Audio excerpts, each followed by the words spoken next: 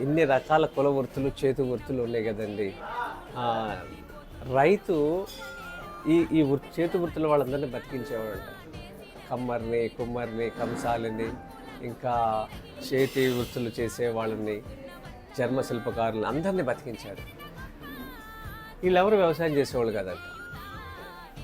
రైతుకు కావాల్సిన వస్తువులన్నీ ఇళ్లల్లో వీళ్ళు తయారు చేసి ఇచ్చేవాళ్ళు.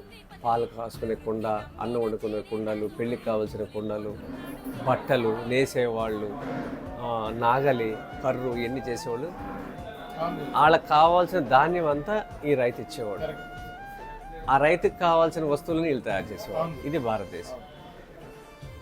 ఈ ఈ ఈ నేత బట్ట కూడా అదే. ఇది ఖాదీ వస్త్రం.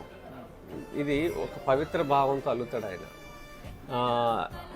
ఇది ధరించిన వాళ్ళకి అర్థం అవుద్ది. గాలి వెలుతురు అనేది శరీరం మీద పడుతుంది. స్నానం